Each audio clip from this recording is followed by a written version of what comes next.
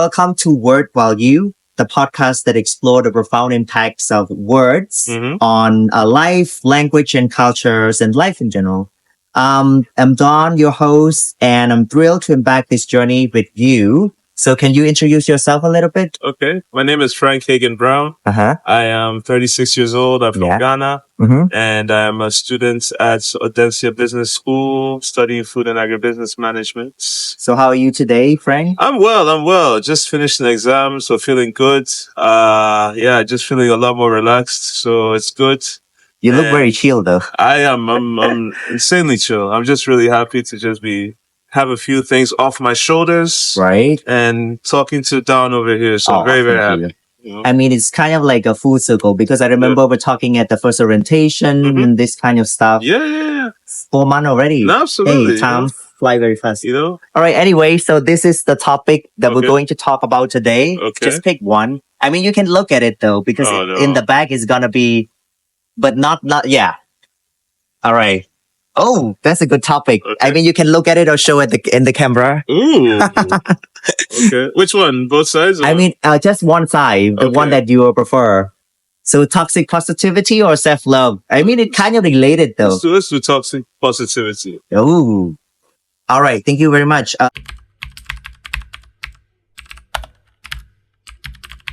So in my mind, I think that is when you are.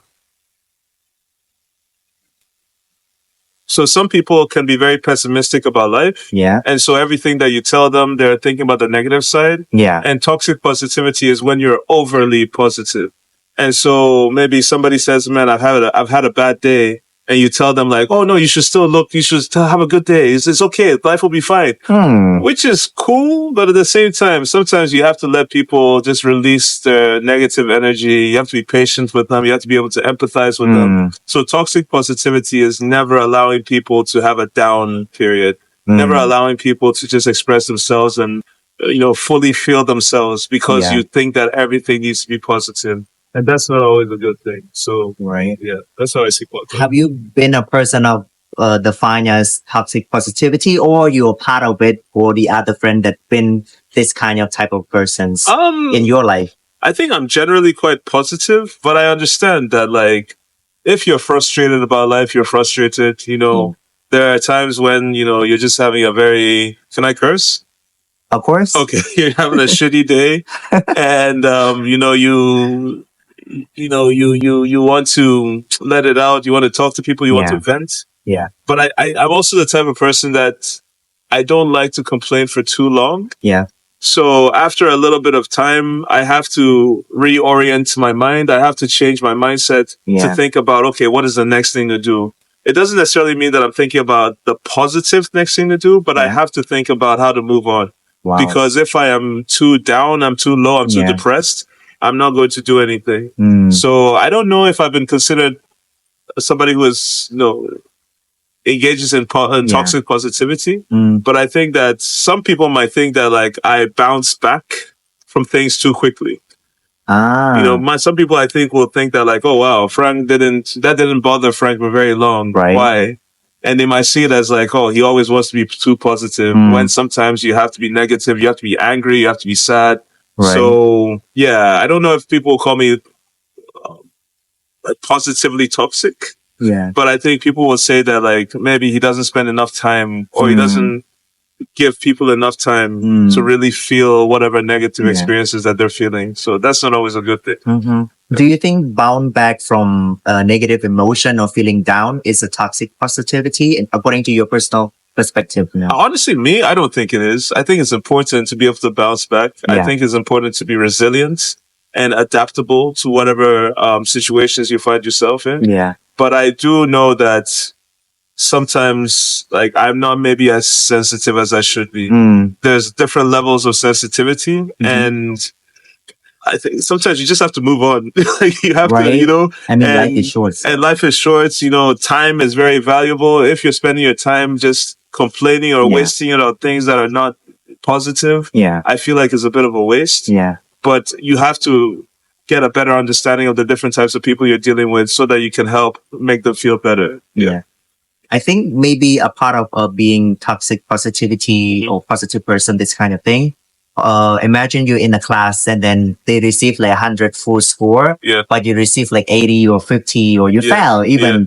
But then they was like, oh, it's gonna be okay. Yeah. But it's not okay actually. Exactly. But then the person who already feel down, but the people who already receive 100% try to convince them to, you're gonna be okay because I got the 100. Right. But because of the ignorance of, something that you already satisfied with, Right. but then you talk to people, I think maybe the distraction of not listening. Right. If you don't say anything and just to listen. And I think that's the main thing. Like, you're not being sensitive to other people's needs, to other people's issues. Yeah. And you're thinking about it probably from your perspective. Mm-hmm. Because you did well, you're telling other people that, oh, it's going to be okay. But the truth is, if you did badly, would you be saying that? Right. You probably wouldn't. So I think it's a bad thing to always look at the bright side of things, because oftentimes it comes from feelings of pride and feelings of like success. Yeah. Instead of really understanding what the other person may be going through and the difficulties that they're feeling in that moment. Mm-hmm.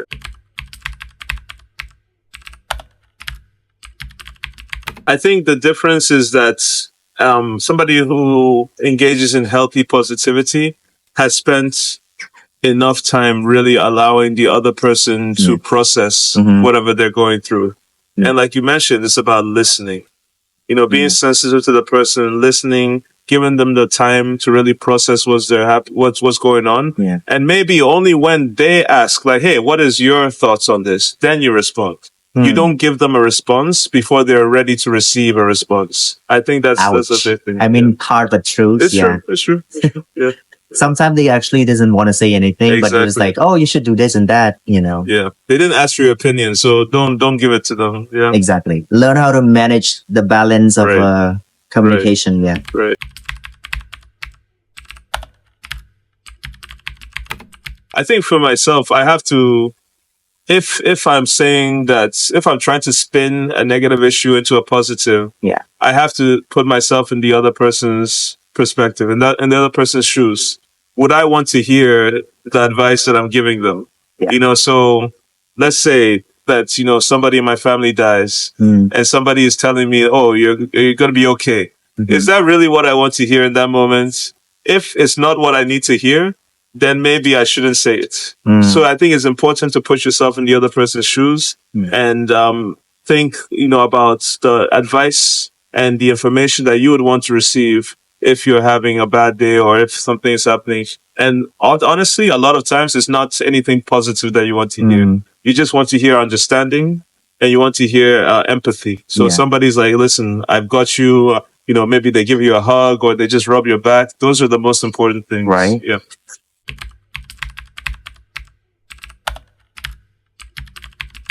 That's a hard one because honestly, it's very difficult for me to set boundaries. I try to lead by example and I hope that other people see it and they follow. But sometimes I can have difficult conversations, but starting them is very difficult. But I think if we're very honest with ourselves and honest with others and we care about others, we have to be open about just saying like, listen, no, what you told me is not what I need to hear right now. You're being too positive. It's too toxic. Yeah. And I need you to understand that this is not what I need at the moment. Yeah. It's a really hard conversation to have. But if you care about people, I think you have to be willing to engage them in these types of conversations. So, but with this type of toxic positivity persons, if they realize that, oh, actually something that they actually said or done was wrong, but then they started to apologize, but it's happened so many times, what kind of reaction or solution for you as a person who actually, received this kind of the behaviors or action from them? I think maybe you need to have like keywords or, so if you feel like a friend is becoming too toxic positive, engaging too much toxic positivity, you say pineapple or you say, crocodile, you say something so that it triggers a sense of, you're not listening to me. You are reacting in the same way again. Stop. Yeah. And then you maybe give yourself some time to separate so that both sides can think about what is happening. I think if you have keywords or phrases that you use, it'll be an easy way to communicate that feeling to that people. Was great, actually. Yeah. For example, you know somebody in the work team, you work with them for some time, and then banana, Yeah. you cross the line. It's like, no, stop. And it's not offended too much. You say the word stop it, right? Yes. Hey. Yeah, it's true because language is I everything. didn't know right? that. Yeah. And we're talking about, words and the meaning of words and language. And so it's very key that sometimes, honestly, you can be very blunt and direct. Mm-hmm. But in certain situations, that is not what you need to do. Yeah. Sometimes you have to be a little bit softer with people so that you can get your point across. Because if you're too direct, even though it's important, and I believe in honesty and conversation, that may not necessarily be the best way to get your message across. Yeah. Yeah. But if that person was kind of acted like the same repeated thing, but then they started to apologize like this every time, but then what was the solution or anything that you can give other people a tip, because you're going to experience this kind of person in every places. That's true. That's true. Honestly, if they have to apologize every single time, that means they're not listening to you.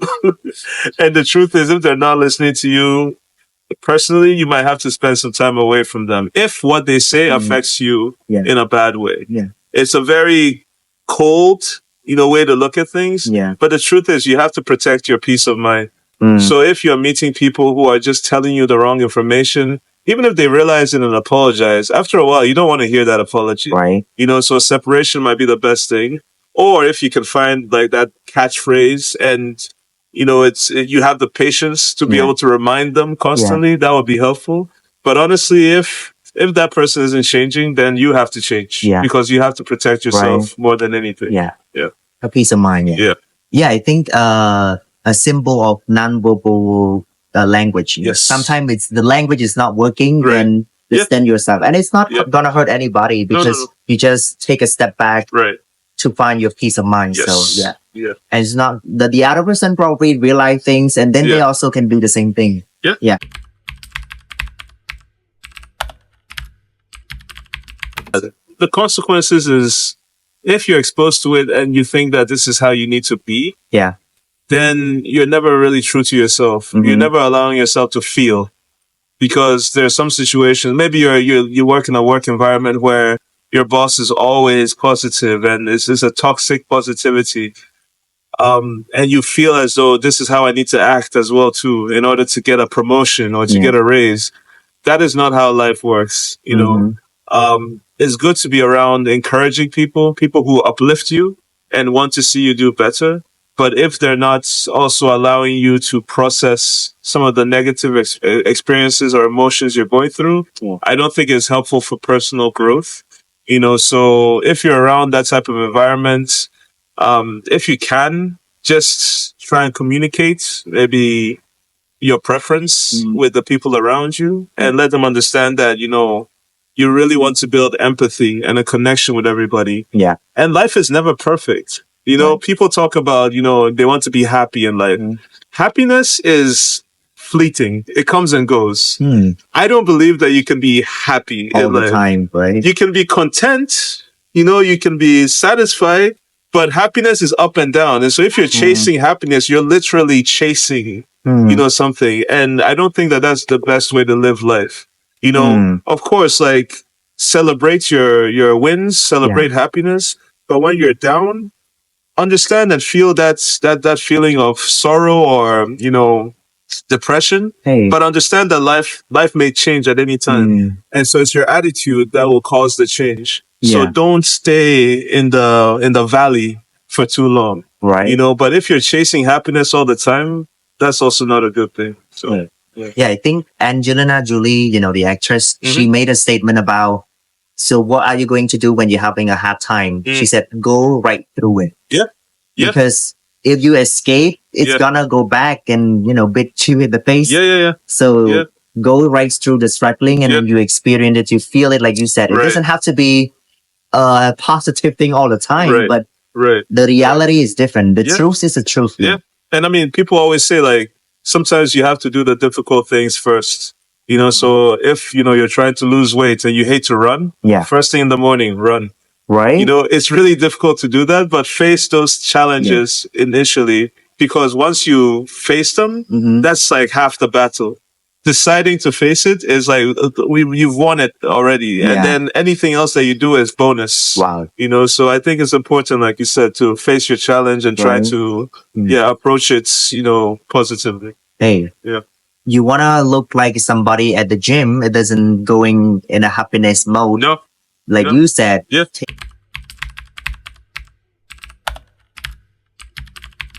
Yeah, like if you're always positive, then you're not allowing yourself or you're not allowing other people to really feel the depth of negative experiences. I think I mentioned before about death. Death is a very painful thing, but it's something that we're all going to experience in life. But you have to be able to understand how to live through death. Yeah. Because unfortunately, our parents will die, grandparents will die, we will die. But if when you're alive, you don't know how to deal with death, every time it comes, it's going to be a struggle. And so if you decide to like, hey, this has happened, I'm feeling it deeply, but I'm also trying to appreciate like, oh man, this person was a wonderful person. This person did great things. They lived a great life. It's important to appreciate somebody by understanding how low maybe their loss made you feel. Yeah. So I think if you're not careful, you will invalidate, you might not appreciate the person or the people you're around or your life if you don't really feel how bad it is. It's most people say that, when they're getting sick or they're on the verge of dying, that's when they appreciate life so much more. No, a dying man or woman always wishes that they had more time. That they wish that they could have done things, that they remember something that they did in the past. So I wish I could have changed my life. I wish I could have, I could have loved this person. I wish I could have, they're always saying, I wish, because they know they're about to die. So sometimes you have to feel that pain. You have to feel that depth to be able to realize that like life is beautiful. Wow. So if you don't feel that I don't think you'll appreciate life nearly as much. Wow. Yeah. Oof. Yeah. Goosebumps.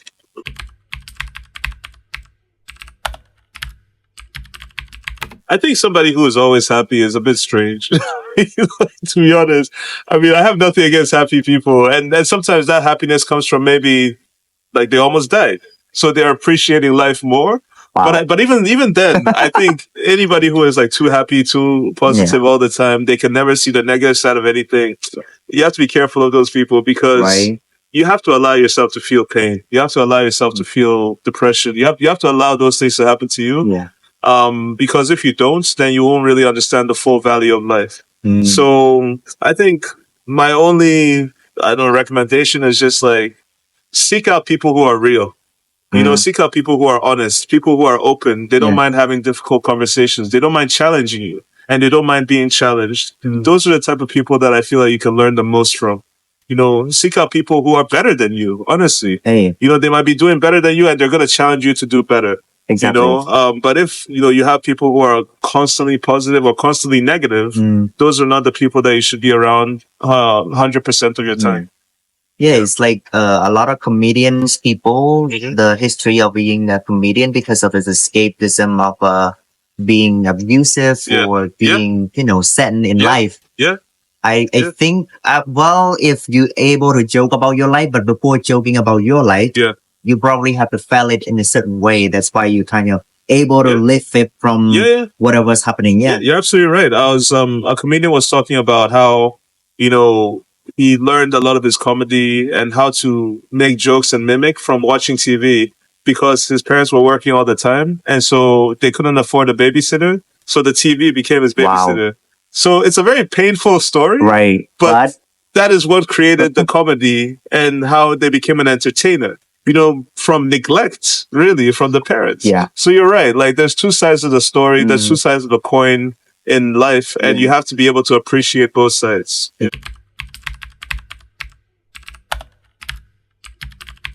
Oh, yeah. Social media is weird because everybody is curating the type of life that they want to show people. Yeah. So every time you're looking through people's stories, sometimes it makes you wonder, like, oh, why is my life not like this? Right. And it's very dangerous because they're just showing you the things that they feel that you want to see, not everything that is happening behind the scenes. And so if you're not careful and you're not secure in yourself and you don't understand, yourself very well, you'll think that everything that people are showing you on social media is the truth, which is not. So yeah, social media can play a really toxic role in leading to people feeling bad about themselves. And that's the strange thing about toxic positivity, because even though it is positive, it makes people feel bad. Hey, so you know what I is mean? it positive anymore? Right. It's not positive, really. So by talking too much about the good things that are happening, other people are not feeling good about themselves, which is not how life should be. Yeah. So social media can play a very dangerous role in promoting this and making people feel like they're not worth it. Wow. And that's a big problem. Yeah, like you said, it's social media as a person who always been positive and happy all the time. Right. Yep. That would have been a problem. That's the same thing as social media. Big problem. And I don't know whoever was happening to like kind of come up with the positive energy that's sharing to people in general. Yeah. Was it a rooting incident or something that was proposed of people should, motivate themselves and being positive on social media? Or was it, their... I don't know. I mean, I get it. There's a lot of negativity in the world. Yeah. So a lot of social media influencers want to preach and promote positive lifestyle, promotes, affirmations. So like making people feel like you can do it. It's like the sky is your limits. You can do it, which is great, but at the same time, I think even those people who are saying these things, they need to let people understand that not every day is easy. That they worked hard to even get this, perspective on life. Yeah. So if you're able to show both sides, I think people will appreciate you more. But if you're only showing the positive without understanding like some of the pain that you had to go through, I don't think that's the best approach. Yeah.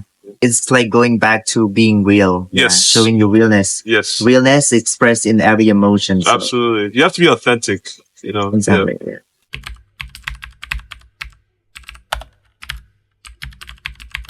Yeah, I think if you're authentic and you understand yourself and you understand that like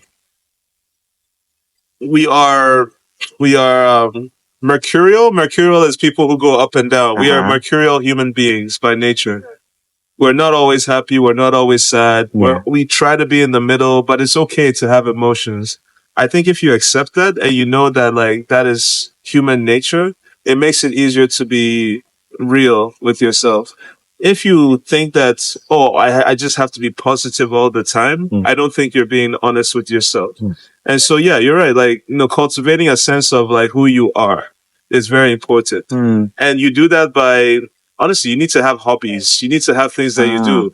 I see you're a big social media person. You get, and even as we were setting up, the light was falling. Like there was a lot of stuff going wrong in order for you to create content. Yeah. And I got to witness all of that. It makes me appreciate you and the work that you're doing. I think that's the same thing with life. You have to embrace the good and the bad.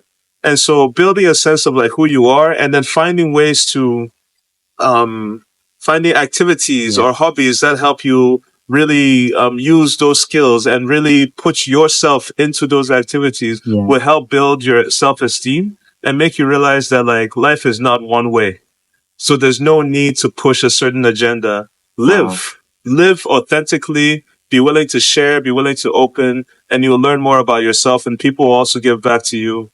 And I don't think you have to worry about being overly positive, to the point of being toxic. Yeah. Wow.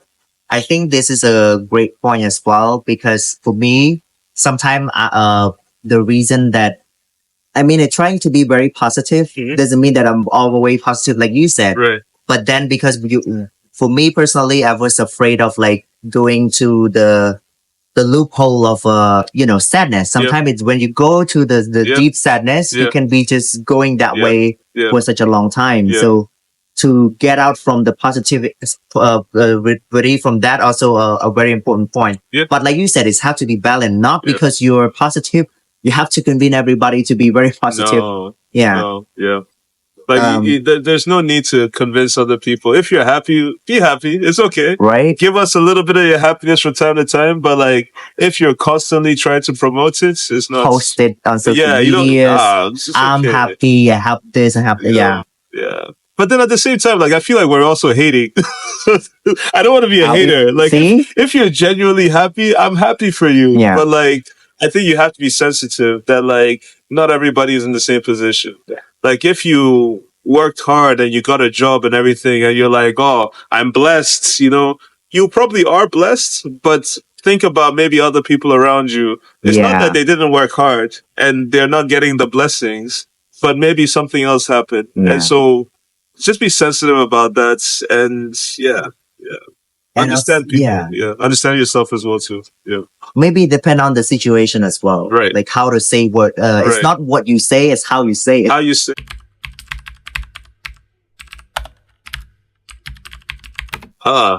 Mental health it's a tough one. I think you do that by being just like honest, by being honest, which is hard for people. Like, because a lot of people have gone through a lot of things in life and it's not always comfortable to talk to people. But I think if you create a space for people to be vulnerable, it will help promote a lot more interesting conversations about, mental health, whether it's depression or toxic positivity and so forth. But that space needs to be created by being honest and raw and real. But you also have to understand that it's not everybody who has the capacity or ability to do these things. So you have to respect people as they are. If they're not opening up to you, give them time. Right. Give them time, but let them know that you're thinking about them. Let them know that, you're on their mind or they're on your mind. Yeah. And hopefully at some point they'll open up. But some people will not open up, but it's okay. Yeah. Like somebody told me that like, teachers are like to be a teacher. It's not just a passion. It's like a calling because you can have a teacher who, what they're teaching you now, you might only learn 5 years from now.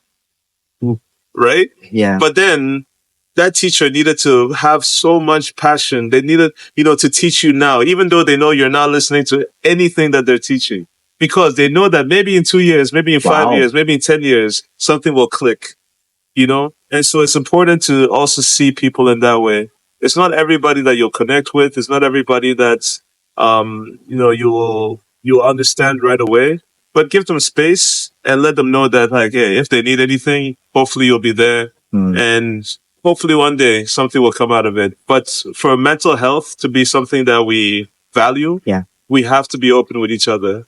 Yeah. Our good things, our bad things, we have to be willing to share. Because sometimes it's through sharing that we get good advice and we get an ability to change ourselves as well too. So if you don't share, you might never get anything back. Exactly. Yeah. I think part of people who suffer from mental illness because they're very sensitive. Yep. Because it already, ruined some of their heart of mind in general. Yep. So probably they have a negative feeling to what people who they going forward for advice, they would be judged on themselves. Yeah. And the same way, both ways. Right. If you're not willingly to open yourself up, you're not able to recover from your suffering, right? Yep. And the same persons who happen to be mental illness free, they also should do the same thing by just listening. Absolutely. Yeah. Absolutely. But shout out to our teacher and professor. Shout out.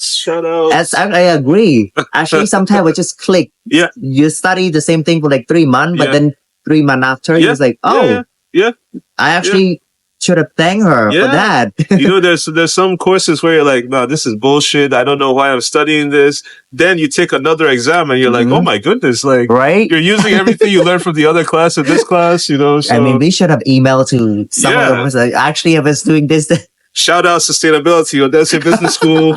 Oh yeah, you mean something. It means something. True. Right. We learned a lot from the school. I've learned so much. So. Back to like 5 years after uploading and everything was like going back to watch the video and then you mentioned and then Audencia was saying, oh, actually one of the students who have been success in Ghana with food and agri business. And then they actually mentioning about sustainability. Yeah.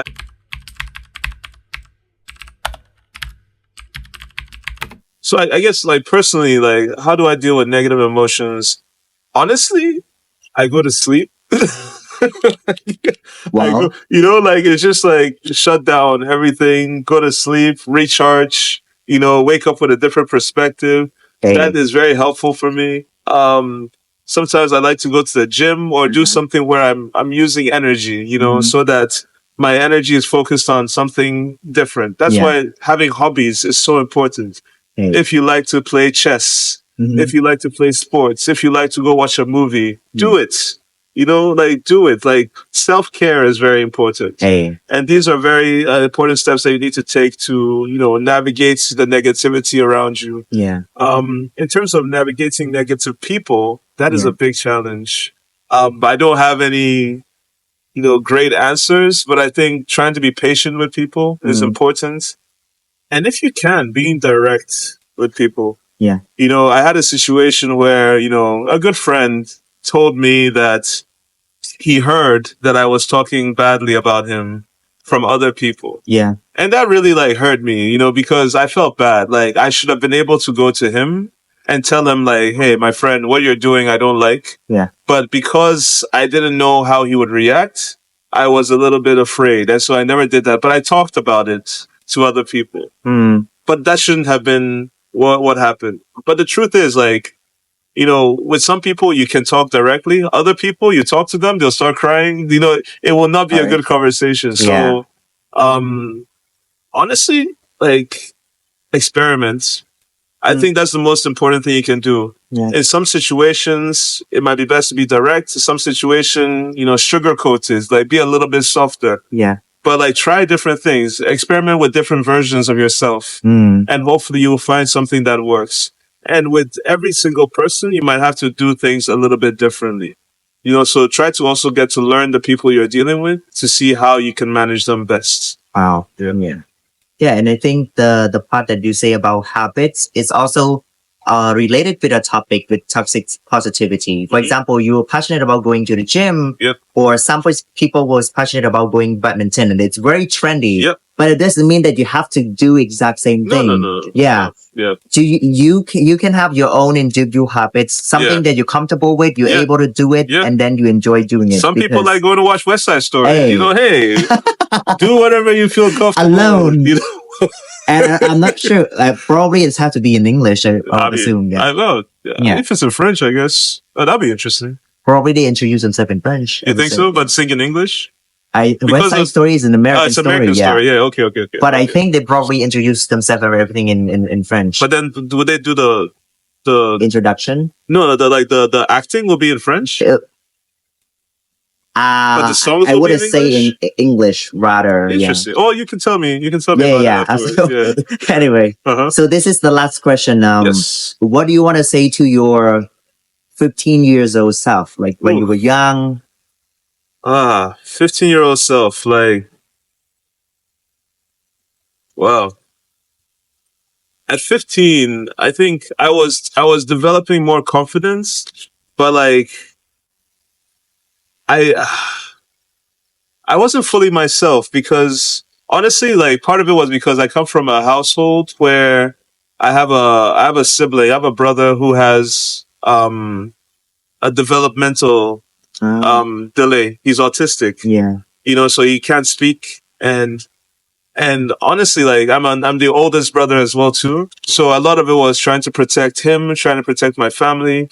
You know, so I wasn't always comfortable with people coming to my house because then they'll see my brother. Maybe what would they think about me in school? I was very like self-conscious about a lot of things. Luckily, in the next year or two, I grew out of that and I learned to appreciate even my brother a lot more because the issues and the struggles that he's had have made me a better person.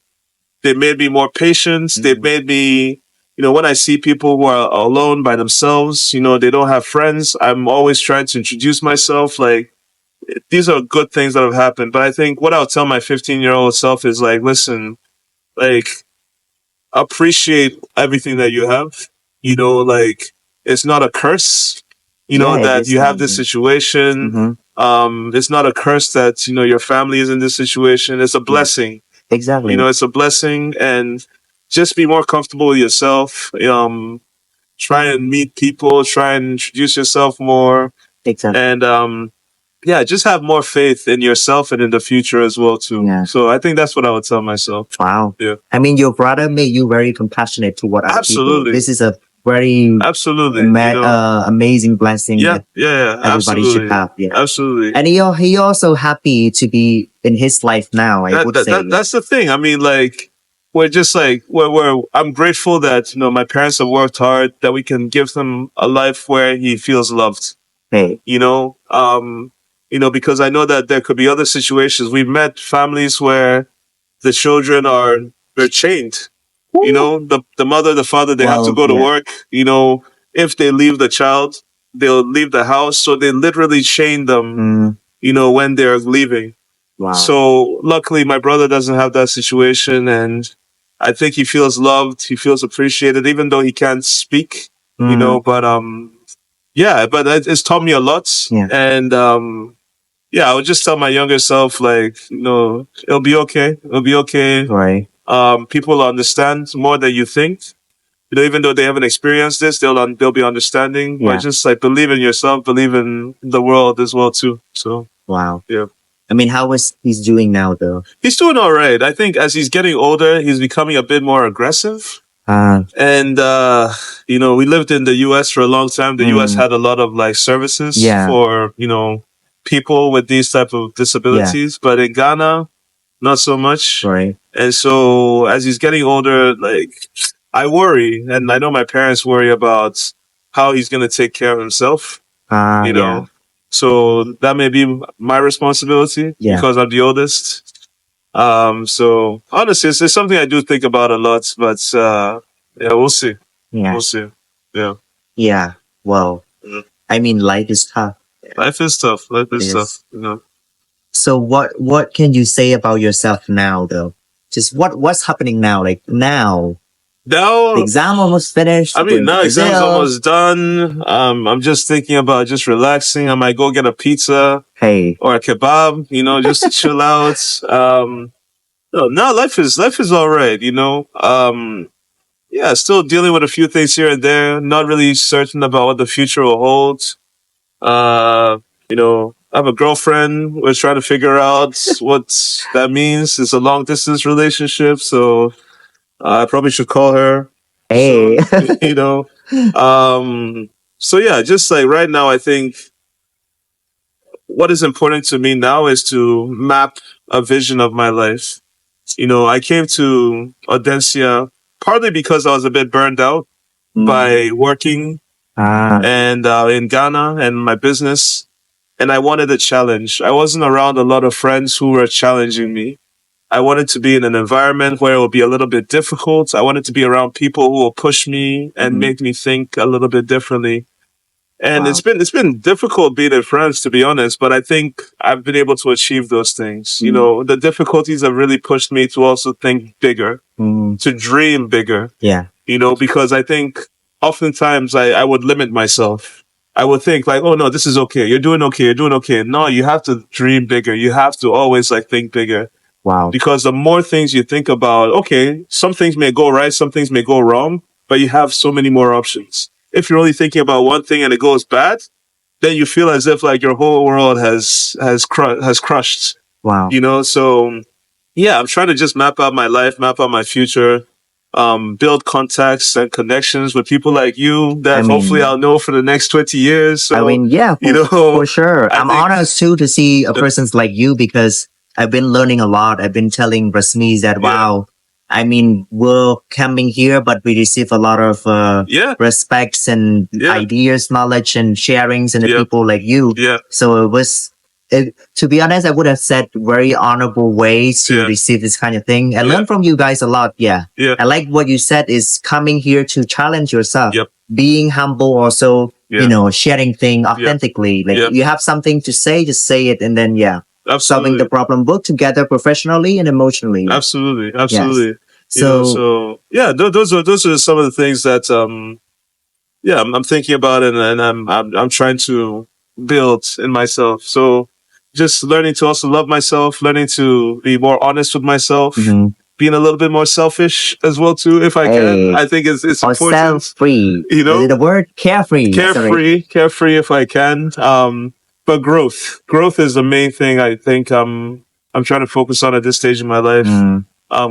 Growing myself, growing with other people, growing my bank accounts, is very important. So one of the most important things is the main word. I'm trying to take away from this experience. So last question. what do you see yourself in 5 years? In 5 years, I hope that I'm running a factory where we are processing different foods, in different countries. I will start with hopefully Ghana, my country. We have a lot of tropical fruits, vegetables, products that we are not adding value to. Yeah. And so I would want us to process it, having a factory, a production plant in Ghana. We're producing different things, dried fruits, jams, creams, different things. Yeah. And I'm on the verge of replicating that in different parts of the world. Wow. That's what I would love to be able to do in 5 years. That sounds very it's a lot of stuff to do in 5 years' time. Yeah. But like I said, you have to dream big, right? And so that's what I hope I'm doing in 5 years' time. Hey, I mean, I wish everything that you were saying will come true. Thank you not wish, but hope. Because I think if we have a lot of positive right. mindset on what we're going to go with, if we don't take the action, then hope would be the faith that we can believe in. Yeah. Absolutely. And I believe in you that you're able to do it. Thank you. And call me, maybe make a call maybe you're on TV broadcasting or something. I know. Website mentioning that, actually I made it. Shout out to whoever that, I hope so. And always remember, dreaming is free. Dreaming is free, but at the same time, if the dream doesn't come with any action, then it's not effective. So dream freely because we're allowed to dream, but act on that.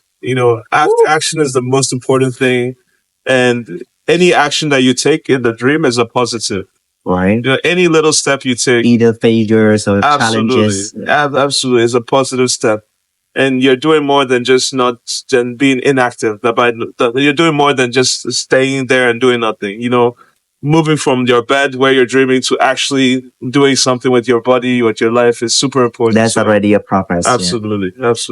Well, thank you so much.